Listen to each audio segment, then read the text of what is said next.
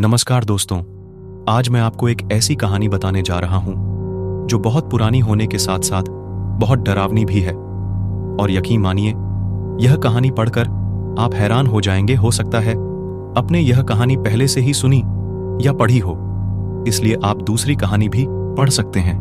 यह कहानी है एक डॉल यानी गुड़िया की, जिसका नाम है एनाबेल गुड़िया। तो आइए कहानी शुरू करते हैं। यह कहानी शुरू होती है सन 1918 से।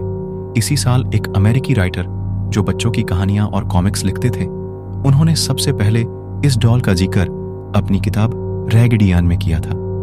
इस किताब में उन्होंने अपनी साथ हुई एक सच्ची घटना के बारे में बताया था। वह लिखते हैं कि एक बार वह अपने घर के बैकयार्ड में टहल रहते थे, तभी उनको वह डॉल पड़ी हुई मिली।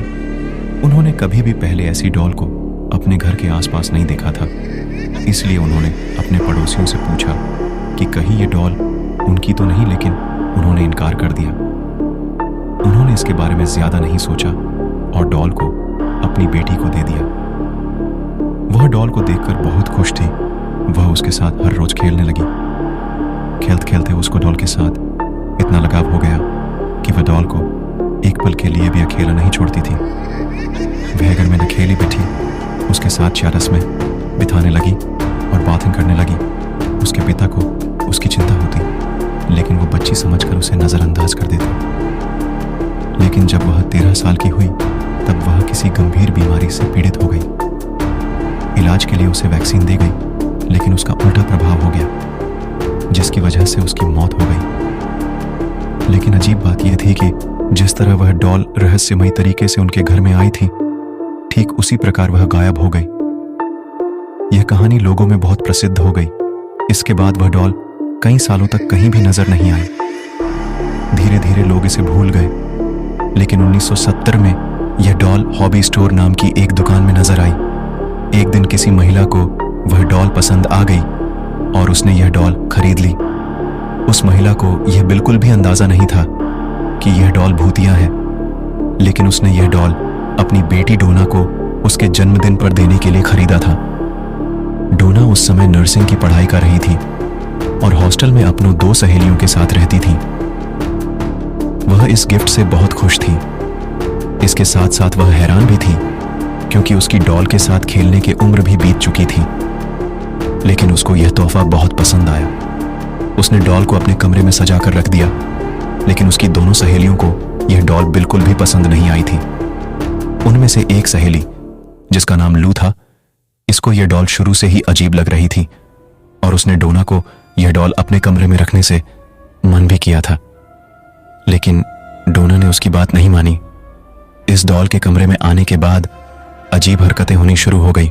डोना ने यह नोटिस किया कि यह अपनी जगह बदल लेती थी।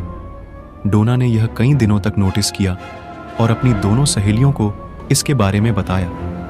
डोना की सहेलियों ने उसे सलाह दी कि तुम इस डॉल को कमरे से निकाल दो, क्योंकि यह एक श्रापित डॉल है।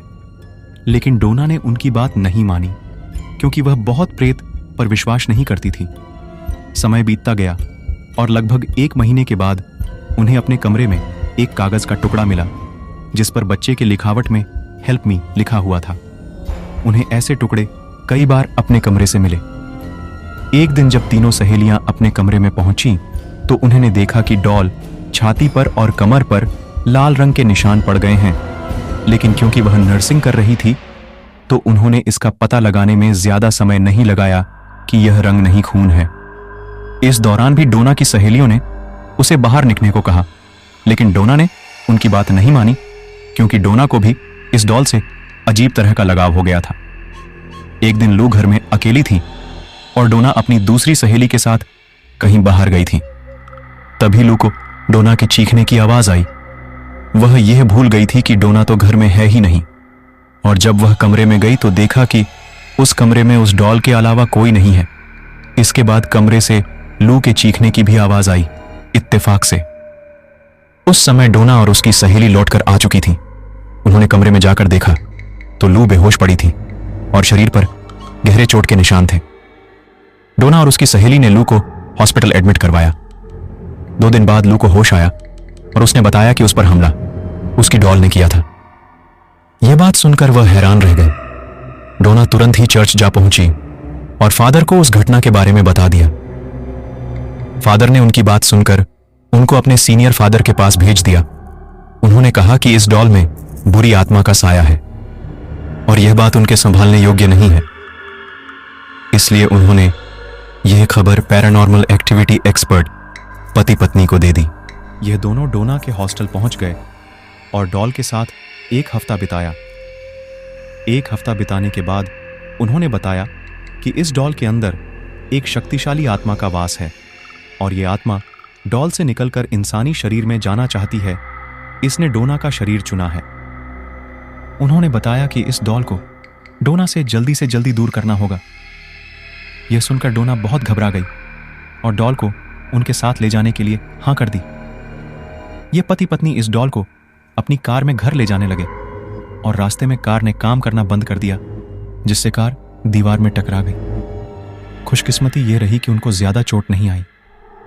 कार के बेकाबू होने के पीछे इस डॉल का ही हाथ था।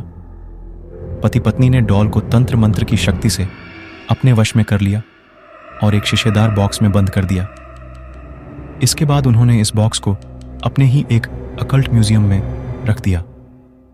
आज भी आप इसे इसी म्यूजियम में देख सकते हैं और साफ साफ बॉक्स पर एक वार्निंग भी लिखी हुई है कि बॉक्स को दूर से ही देखें और हाथ न लगाएं। उम्मीद है आपको एनाबेल डॉल की कहानी पसंद आई होगी। अगर आपका कोई सवाल है तो कमेंट और एक लाइक कर दो और हमारा चैनल को सब्सक्राइब कीजिए। धन्यवाद।